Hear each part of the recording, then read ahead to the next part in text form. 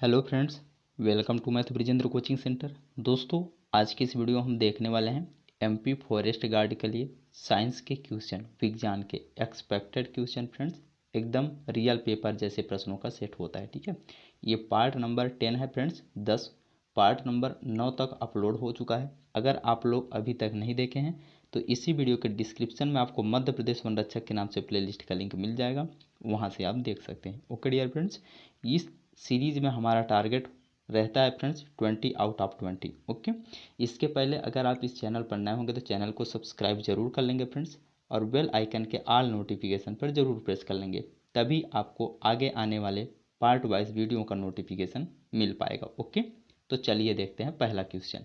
देखिए फ्रेंड्स, पहला क्वेश्चन है, निम्नलिखित में से कौन से भौतिक परिवर्तन हैं।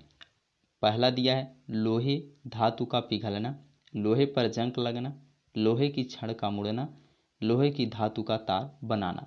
तो देखिए फ्रेंड्स, एक होता है भौतिक परिवर्तन, एक होता है रासायनिक परिवर्तन। ठीक है, भौतिक परिवर्तन वह परिवर्तन होता है फ्रेंड्स जिन पदार्थों को मूल अवस्था से, क्या फ्रेंड्स, मूल अवस्था से एक दूसरी अवस्था में परिवर्तन करने के बाद फिर से उसे दूसरी अवस्था से मूल अवस्था में लाया जा सके, वह भौतिक परिवर्तन कहलाता है। ठीक है, लेकिन रासायनिक परिवर्तन में जस्ट इसका उल्टा होता है फ्रेंड्स। रासायनिक परिवर्तन में मूल अवस्था से उसके अवस्था में परिवर्तन करने के बाद फिर से उसे मूल अवस्था में नहीं लाया जा सकता है। यह क्या कहलाता है? रासायनिक परिवर्तन। तो देख लीजिए आप फ्रेंड्स, इसमें पहला ऑप्शन लोहे धातु का पिघलना। अब लोहे पिघल जाएगा फ्रेंड्स तो रहेगा तो लोहा ही ना, उसको हम फिर से जिस आकार में था उसी आकार में बना सकते हैं। ये वाला तो एक नंबर वाला तो होगा। ठीक है, दूसरे नंबर पर देखिए फ्रेंड्स, लोहे पर जंग लगना। लोहे में जंग लग जाने के बाद फ्रेंड्स उस लोहे को फिर से उसी प्रकार नहीं बनाया जा सकता। ये आपका ऑप्शन नंबर सेकंड गलत होगा। ठीक है, लोहे की छड़ का मुड़ना, तो ये मुड़ने से इसके आकार में ना बस परिवर्तन हो रहा है फ्रेंड्स। ठीक है, उसे फिर से उसी अवस्था में लाया जा सकता है। ठीक है, लोहे की धातु का तार बनाना, ये भी आपका फिजिकल परिवर्तन हो जाएगा। तो देखिए किस ऑप्शन में दिया, पहला, तीसरा और चौथा। ऑप्शन नंबर बी आपका सही हो जाएगा। Okay dear friends, next question है डियर फ्रेंड्स, और बहुत इंपॉर्टेंट क्वेश्चन है। इस क्वेश्चन को आप स्वयं जरूर एक बार सॉल्व करिए। ठीक है, देखिए बोल रहा है कि 0.03 मीटर की तरंग दैर्घ्य वाली तरंग वायु में उत्पन्न होती है। यह 300 मीटर प्रति सेकंड की गति से यात्रा करती है। यह किस प्रकार का तरंग होनी चाहिए।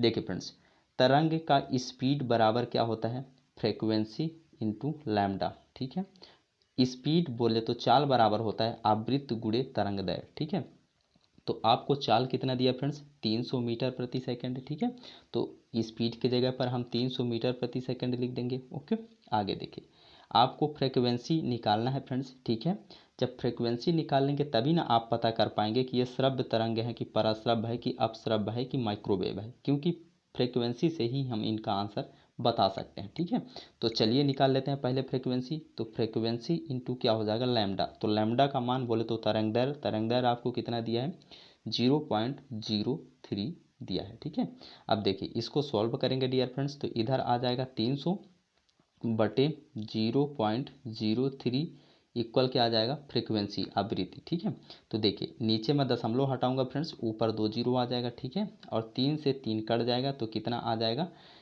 फ्रीक्वेंसी इक्वल आपका आ जाएगा 1 और 4 जीरो। ठीक है, तो 1 और 4 जीरो, इसको क्या हम बोल सकते हैं फ्रेंड्स, देखिए 10,000। ठीक है, तो 10,000 हर्ट्ज की फ्रीक्वेंसी है। तो देखिए श्रव्य तरंगे किसे कहते हैं फ्रेंड्स, जिन तरंगों की फ्रीक्वेंसी 20 हर्ट्ज से 20,000 हर्ट्ज होता है फ्रेंड्स। ठीक है, 20 हर्ट्ज से 20,000 हर्ट्ज होता है, उन्हें श्रव्य तरंग के अंतर्गत रखा जाता है। तो देखिए ये 20 हर्ट्ज से 20,000 हर्ट्ज के बीच आ रहा है, बिल्कुल 10,000 है तो इन दोनों के बीच में ही आ रहा है।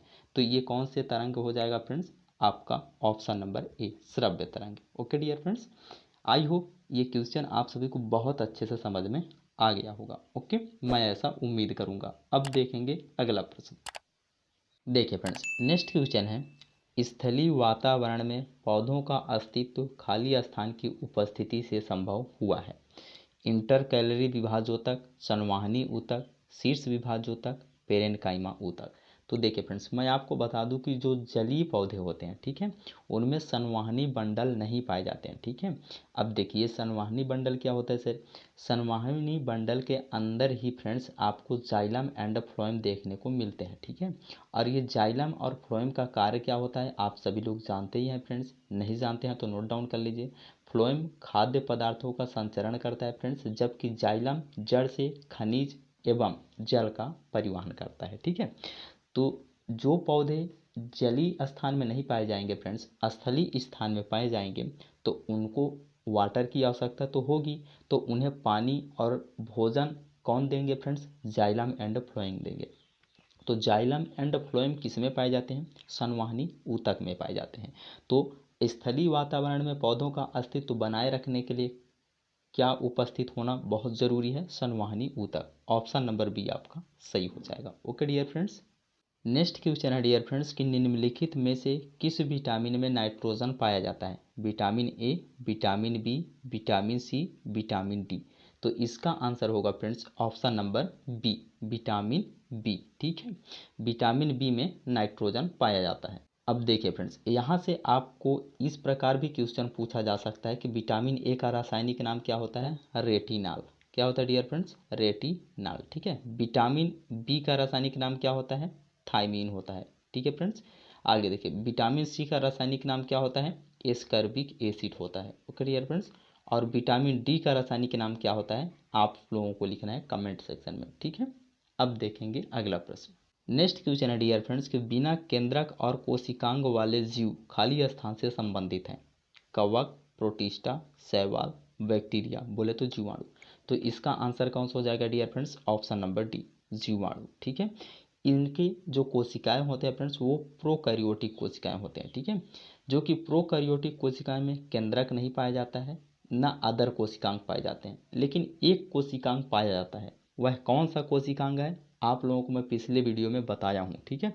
आपको कमेंट सेक्शन में लिखना है। देखिए फिर से सुन लीजिए एक बार मेरा क्वेश्चन। प्रोकैरियोटिक कोशिका में न केंद्रक पाया जाता है न कोशिकांग पाए जाते हैं, लेकिन एक कोशिकांग है जो पाया जाता है। उसका आंसर या उसका नाम आपको कमेंट सेक्शन में लिखना है, ठीक है। नेक्स्ट क्वेश्चन है फ्रेंड्स कि दो वस्तुओं के बीच गुरुत्वाकर्षण बल F है। यदि दोनों वस्तुओं के द्रव्यमान को उनके बीच की दूरी को बदले बिना आधा कर दिया जाए तो गुरुत्वाकर्षण बल हो जाएगा। बहुत बहुत बहुत इंपॉर्टेंट क्वेश्चन है फ्रेंड्स। इस क्वेश्चन में आपको बहुत कुछ सीखने को मिलेगा, ठीक है। अब देखिए पहले मैं इसको सॉल्व करके बताता हूँ आपको आंसर, ठीक है, डायरेक्ट नहीं बताऊँगा। इसका आंसर तो हो जाएगा ऑप्शन नंबर फर्स्ट, लेकिन कैसे होगा आप बोलेंगे ना। तो देखिए गुरुत्वाकर्षण बल बोले तो F बराबर क्या होता है फ्रेंड्स? इसका फार्मूला लिख लीजिए। G बोले तो कांस्टेंट होता है, ठीक है। m1 मल्टीप्लाई बाई क्या होता है? m2, ठीक है। अपान क्या होता है? r का स्क्वायर, ठीक है। अब देखिए बोला जा रहा है कि दो वस्तुओं के बीच गुरुत्वाकर्षण बल F है, जो कि पहले इतना होता है, ठीक है, मान। Okay dear friends. अब देखिए आगे बोला जा रहा है कि यदि दोनों वस्तुएं के द्रव्यमान को उसके बीच की दूरी को बदले बिना, मीन्स रेडियस का चेंज नहीं करना है फ्रेंड्स, ठीक है, आधा कर दिया जाए, क्या द्रव्यमान आधा कर दिया जाए तो गुरुत्वाकर्षण बल हो जाएगा। अब देखिए एफ तो एफ ही रहेगा फ्रेंड्स, ठीक है। आगे देखिए जी तो कांस्टेंट होता है फ्रेंड्स, ठीक है, और जी का वैल्यू कितना होता है मीन्स मान आपको कमेंट सेक्शन में लिखना भी है, ठीक है। अब देखिए यहाँ पास द्रव्यमान दोनों का आधा हो जाएगा, तो AM1 अपान 2 हो जाएगा फ्रेंड्स, मल्टीप्लाई बाई AM2 अपान क्या कर देना है? 2 कर देना है, क्योंकि आधा करना है फ्रेंड्स। और अपान में r का स्क्वायर ही रहेगा बटे में, ठीक है फ्रेंड्स, क्योंकि रेडियस बोले तो दूरी में कोई चेंजेस नहीं हो रही है, तो दूरी हमारा सेम टू सेम रहेगा, ठीक है। जब इसको सॉल्व करेंगे डियर फ्रेंड्स तो क्या आ जाएगा? दोनों दो नीचे आ जाएंगे, ठीक है। तो दोनों दो नीचे आ जाएंगे तो EF इक्वल कितना आ जाएगा? G multiply by M1 multiply by AM2, इतना आ जाएगा, ठीक है। और नीचे क्या आ जाएगा फ्रेंड्स? नीचे 2 गुणे 2 तो 2 दूनी 4 आ जाएगा, ठीक है, मल्टीप्लाई बाई r का स्क्वायर। अब देखिए इतना मान तो पहले था फ्रेंड्स हमारा, ठीक है। अब देखिए कितना बढ़ गया? 1/4। तो पहले अगर बल F रहा होगा तो अब कितना हो जाएगा? F/4 हो जाएगा। इसलिए आपका ऑप्शन नंबर फर्स्ट सही हो गया था। ओके डियर फ्रेंड्स, मैं उम्मीद करूंगा फ्रेंड्स कि ये क्वेश्चन भी आप सभी को बहुत अच्छे से क्लियर हो गया होगा। अगर क्वेश्चन समझ में आ रहा है फ्रेंड्स तो प्लीज़ वीडियो को थम्स अप करके मीन्स लाइक करके शेयर जरूर कर देंगे। ओके, और हाँ, चैनल पर नए होंगे तो सब्सक्राइब जरूर कर लेंगे। ओके डियर फ्रेंड्स, ताकि इसी तरह के क्वेश्चन का वीडियो आपको मिलता रहेगा। ओके, आपके जब तक एग्ज़ाम नहीं हो जाते फ्रेंड्स तब तक मैं आपको इस तरह के क्वेश्चनों का वीडियो प्रोवाइड करता रहूँगा। ठीक है, लेकिन हाँ, हमारा सपोर्ट जरूर करिए। अब देखेंगे अगला क्वेश्चन। नेक्स्ट क्वेश्चन है डियर फ्रेंड्स कि निम्नलिखित में से कौन सा तत्व चंद्र सतह पर प्रचुर मात्रा में है और ऊर्जा संकट को समाप्त करने की क्षमता रखता है? Helium first, helium second, helium third, helium fourth. तो इसका आंसर हो जाएगा फ्रेंड्स, आप वन लाइनर में याद रखेंगे option number C, helium third एक ऐसी तत्व है जो चंद्रमा की सतह पर प्रचुर मात्रा में पाया जाता है, लेकिन हमारे पृथ्वी पर नहीं पाया जाता है, बहुत कम मात्रा में। अगर ये हमें प्राप्त हो जाए तो हमारा ऊर्जा का संकट खत्म हो सकता है। ओके, तो option number C, helium third आपका आंसर हो जाएगा। नेक्स्ट क्वेश्चन है डियर फ्रेंड्स कि निम्नलिखित में से कौन सी संरचना या कोशिका संयोजी ऊतक में मौजूद नहीं है? अब देखिए, संयोजी ऊतक कौन कौन से होते हैं फ्रेंड्स, आप जानेंगे तभी तो इसका आंसर दे पाएंगे। तो संयोजी ऊतक हड्डी होती हैं, मांसपेशी होती हैं, ब्लड होते हैं। ठीक है, अब देखिए इसमें से बोला जा रहा है कि कौन सा संयोजी ऊतक में मौजूद नहीं होता है। कॉन्ड्रियोसाइट, ये कॉर्टिलेज, ये भी संयोजी ऊतक होता है फ्रेंड्स। कॉर्टिलेज के कोशिकाओं को कॉन्ड्रियोसाइट बोला जाता है। ठीक है, तो ये तो मौजूद होता है। कोलेजन फाइबर्स, ये हड्डी एवं कॉर्टिलेज में पाया जाता है फ्रेंड्स। ठीक है, तो हड्डी एवं कॉर्टिलेज दोनों संयोजी ऊतक है, तो कोलेजन फाइबर्स भी आपके संयोजी ऊतक के अंदर आ गया। ठीक है, अब लिम्फोसाइट फ्रेंड्स, ये एक WBC का प्रकार होता है, बोले तो व्हाइट ब्लड कार्पसल्स का एक टाइप होता है लिम्फोसाइट। जब WBC बोले तो रक्त के अंदर WBC आता है, जब ब्लड ही संयोजी ऊतक है फ्रेंड्स, तो संयोजी ऊतक के अंतर्गत WBC पाया जाता है, और WBC के अंतर मतलब अंदर में क्या पाया जाता है, लिम्फोसाइट। तो आपका लिम्फोसाइट भी एक संयोजी ऊतक का कोशिका हो गया। एक्सॉन जो होता है फ्रेंड्स, ये आपका तंत्रिका तंत्र का हिस्सा होता है, जो कि तंत्रिका तंत्र एक संयोजी ऊतक नहीं है। ऑप्शन नंबर डी आपका सही हो जाएगा। ओके, देखिए फ्रेंड्स, नेक्स्ट क्वेश्चन है कि परमाणु क्रमांक 15 वाले तत्व की वर्ग संख्या, संयोजी इलेक्ट्रॉन की संख्या और संयोजकता क्रमशः है। अब देखिए फ्रेंड्स, पहले तो हम इसको ज्ञात कर लेते हैं कि ये किस वर्ग के अंतर्गत आ रहा है। ठीक है, तो देखिए फ्रेंड्स, मैं पहले आपको सिंपल छोटा सा पीरियोडिक टेबल बना रहा हूँ यहाँ पास। ठीक है, जैसे कि मैं आप लोगों को बोला था कि 1 से 30 तक सभी परमाणु क्रमांक वाले तत्वों को याद कर लेना है। ठीक है, तो पहले हाइड्रोजन आ जाएगा। ठीक है, फिर हीलियम आएगा। ठीक है, हाइड्रोजन, हीलियम, लिथियम, बेरिलियम। ठीक है, फिर boron, carbon, nitrogen, oxygen, fluorine, neon. ठीक है, sodium, magnesium, aluminium, silicon, phosphorus, sulphur. ठीक है, अब देखिए फ्रेंड्स, यहाँ तक 15 हो गया क्या? 1 2 3 4 5 6 7 8 9 10 11 12 13 14 15। ठीक है, यहाँ पास 15 आ रहा है। ठीक है, तो वह तत्व कौन सा हो जाएगा फ्रेंड्स? देखिए, hydrogen, helium, lithium, beryllium, boron, carbon, nitrogen, oxygen, fluorine, neon, sodium, magnesium, aluminium, silicon, phosphorus. Phosphorus हो जाएगा। ठीक है फ्रेंड्स, अब देखिए ये किस वर्ग में है? यहाँ 1 हो जाएगा, 2 हो जाएगा। ठीक है, अब वर्ग 3 से लेकर के 12 तक के ये सभी संक्रमण धातु होते हैं फ्रेंड्स, वो यहाँ बीच में आते हैं। ठीक है, फिर ये 13 हो जाएगा, 14 हो जाएगा, 15 हो जाएगा। चलिए, वर्ग तो निकल गया, कौन सा वर्ग होगा? वर्ग संख्या 15 होगा। ठीक है, तो देखिए किस किस ऑप्शन में है, या कि ऑप्शन नंबर फर्स्ट हो सकता है, या कि ऑप्शन नंबर लास्ट वाला डी नंबर हो सकता है। ठीक है, अब देखिए संयोजी इलेक्ट्रॉन क्या होता है फ्रेंड्स? देखिए, इलेक्ट्रॉनिक विन्यास के बाद, चलिए पहले इसका इलेक्ट्रॉनिक विन्यास हम कर लेते हैं। तो देखिए कितने कक्ष होंगे इसमें, इलेक्ट्रॉन सेट करने के बाद पता चलेगा। देखिए 15 है तो पहले कक्षा में कितने आ जाएंगे? 2 आ जाएंगे। ठीक है, पहले कक्षा में 2 आ जाएंगे, दूसरे कक्षा में कितने आ जाएंगे? 8 आ जाएंगे, तो 8 और 2 10 हो गए। ठीक है, अब बचा कितना? 5, तो 5 तीसरे कक्षा में आ जाएंगे। ठीक है, तो जो तीसरे कक्षा में बोले 72 कक्षा में जितने इलेक्ट्रॉन होते हैं वही उस तत्व का संयोजी इलेक्ट्रॉन कहलाता है। ठीक है, तो इसका संयोजी इलेक्ट्रॉन कितना हो जाएगा? 5 हो जाएगा। ठीक है फ्रेंड्स, तो देखिए वर्ग 15 आ गया, संयोजी इलेक्ट्रॉन 5 हो गया। अब संयोजकता कैसे निकालते हैं? संयोजकता किसी भी तत्व का फ्रेंड्स 4 से अधिक कभी नहीं होता। ठीक है, अगर 4 से अधिक आ रहा है तो आपको 8 में से माइनस करके लिखना है। तो जैसे देखिए 4 से अधिक अगर बाहरी कक्षा में इलेक्ट्रॉन है तो उसी को आप 8 में से घटा दीजिए तो आपकी संयोजकता आ जाती है। ठीक है, तो 8 में 5 घटा देंगे तो कितना आ जाएगा? 3, तो संयोजकता कितनी हो जाएगी? 3। आप बोलेंगे सर अगर बाहरी कक्षा में दो इलेक्ट्रॉन होगा तो दो संयोजी इलेक्ट्रॉन भी होगा और संयोजकता भी होगा, यस यही होगा, ठीक है। अगर 4 से अधिक आ रहा है बाहरी कक्षा में इलेक्ट्रॉन, तब आपको 8 में से घटा के संयोजकता निकालना है, लेकिन आपका संयोजी इलेक्ट्रॉन वही रहने वाला है, ठीक है। तो देखिए 15, 5 और 3 किस ऑप्शन में दिया है, आप बोलेंगे सर ऑप्शन नंबर डी हमारा सही हो जाएगा। ओके डियर फ्रेंड्स, अगर समझ में आ गया होगा फ्रेंड्स तो जरूर कमेंट सेक्शन में बताइए, ठीक है। अब देखेंगे अगला प्रश्न। नेक्स्ट क्वेश्चन है फ्रेंड्स कि जीवाणु प्रकाश संश्लेषण में खाली स्थान का उपयोग नहीं करते, जल का, कार्बन डाइऑक्साइड का, सल्फर हाइड्रोजन सल्फाइड का कि थायोसल्फेट का। तो देखिए आप बोलेंगे सर प्रकाश संश्लेषण है तो इसमें जल का भी किया जाएगा, कार्बन डाइऑक्साइड का भी किया जाएगा, ये तो दोनों किया ही जाएगा, लेकिन ऐसा नहीं है फ्रेंड्स। ये बैक्टीरिया की बात हो रही है। कौन सी बैक्टीरिया प्रकाश संश्लेषण का कार्य करता है, साइनोबैक्टीरिया, ठीक है। कौन सी बैक्टीरिया फ्रेंड्स, साइनोबैक्टीरिया, जो कि एक एल्गी होता है फ्रेंड्स, ठीक है।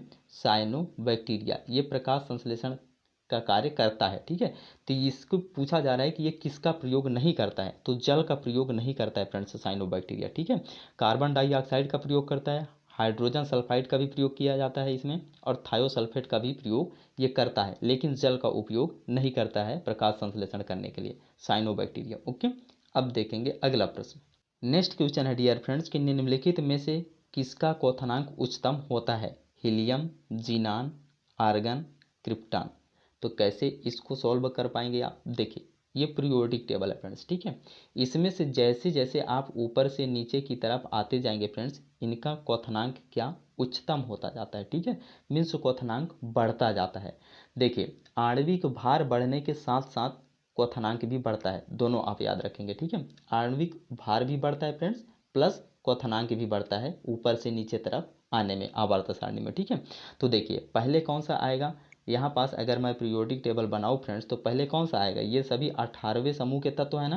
पहले आएगा हीलियम, ठीक है, फिर नियान, ठीक है, फिर आर्गन, फिर क्रिप्टान, फिर जीनान, फिर रेडान। तो सबसे नीचे कौन सा है, देखिए जीनान है, ऑप्शन नंबर बी आपका सही हो जाएगा। ओके डियर फ्रेंड्स, मैं उम्मीद करूंगा फ्रेंड्स कि इस वीडियो के सभी क्वेश्चन आप सभी को बहुत अच्छे से समझ में आ गए होंगे। ओके, अगर वीडियो अच्छा लगा है फ्रेंड्स तो प्लीज़ वीडियो को एक लाइक ज़रूर करेंगे, ओके, और अपने फ्रेंड्स एवं स्टडी ग्रुप में शेयर जरूर कर देंगे, ठीक है फ्रेंड्स। और हाँ, चैनल पर नए होंगे तो चैनल को सब्सक्राइब करने के लिए आप सभी को दिल से आभार। Okay dear friends, take care, love you, मिलते हैं अगले पार्ट में। वीडियो देखने के लिए आप सभी को धन्यवाद।